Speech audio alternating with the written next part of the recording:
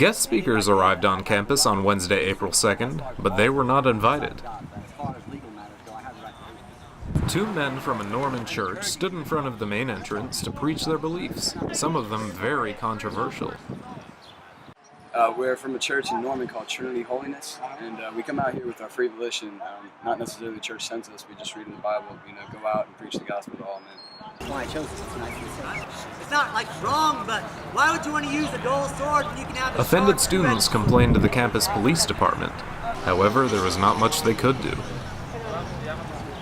I do support some things, but not everything that they're saying. A lot of people, when you start preaching the gospel out loud, it tends to be very, very aggressive towards people, and they don't know what to do about it. So they go to the authorities and they start asking questions about it.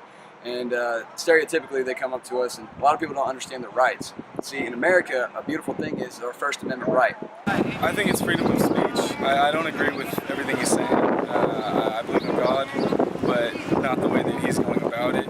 And our details differ, but as far as like him being able to preach, I think he's in every single right. We have the ability to preach the gospel, so for Christians or anybody who out there, you can tell somebody and not have to worry about it.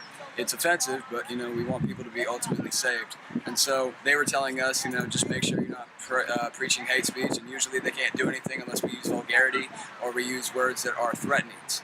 And so therefore, we're completely comfortable with our realm, and they did recognize that. We praise God that we got that settled. I think they should have been kicked out for offending someone, hurting someone's feelings. That's not what free speech is about, in my opinion. I don't think Westboro Baptist Church should be there because they're also doing the same thing. He also, pointed out and said, "You sinner." I mean, he was getting very personal with them. When they're not personal, I think it's fine. But when they start pointing people out of the crowd and attacking them, it's when it gets a little crosses the line. Well, I'm addressing their sins, not necessarily the individual. Does that make sense? The individual is making the choice, and I want them to see how shameful it should be to make that choice.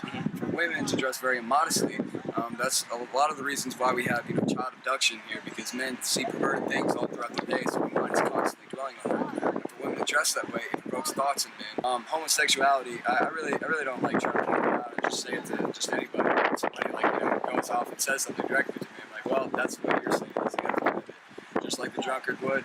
I'm not a respecter of persons in any regards. I hope this all play out well. I hope nobody get too angry, and we could just come together and just share each other's faith without getting upset and not offending anyone, and just come together with love. I would just like to say this. Just know this: Christ did die on the cross. He died so that we could all be set free from not only death and hell, but sin, so that we don't have to have that guilt and that shame.